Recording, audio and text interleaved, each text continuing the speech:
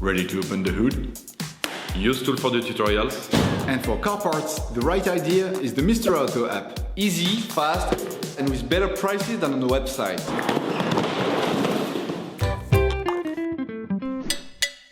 For this operation, get hold of the air filter that you will find in the video description. Turn your engine off. Pull up the handbrake. Pull on the bonnet release lever and open the bonnet. You should now be able to easily see the airbox to change the filter.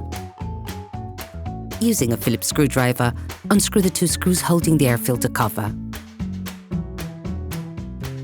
Using a flathead screwdriver, loosen the holding clip for the air inlet conduit of the airbox, then take off the flange, separating it from the inlet conduit. Take out the air filter. Before putting the new filter in place, it is important to clean out any impurities or leaves stuck in the filter compartment. All parts used in this tutorial are supplied by our trusted partners. These partners also help us create as many video tutorials as possible. Check them out in the description below.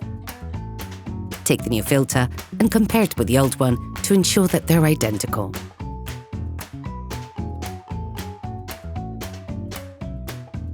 Put the filter back in place.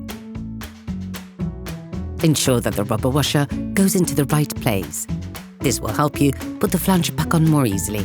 To put the flange in, incline it so that the interlocking studs go in first. Then push it in so that it presses against the filter compartment. Tighten the two flange screws. And then finish by tightening the inlet duct clamp.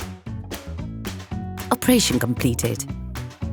Hi, it's Theo from UseTool. I hope this video has helped you a lot in your car maintenance. We would be super grateful if you could spread the word so that we can produce even more tutorials. Simply give us a like, a comment, and hit that subscribe button. It really helps us boost the channel and help the whole community. Thanks a lot and have a great one.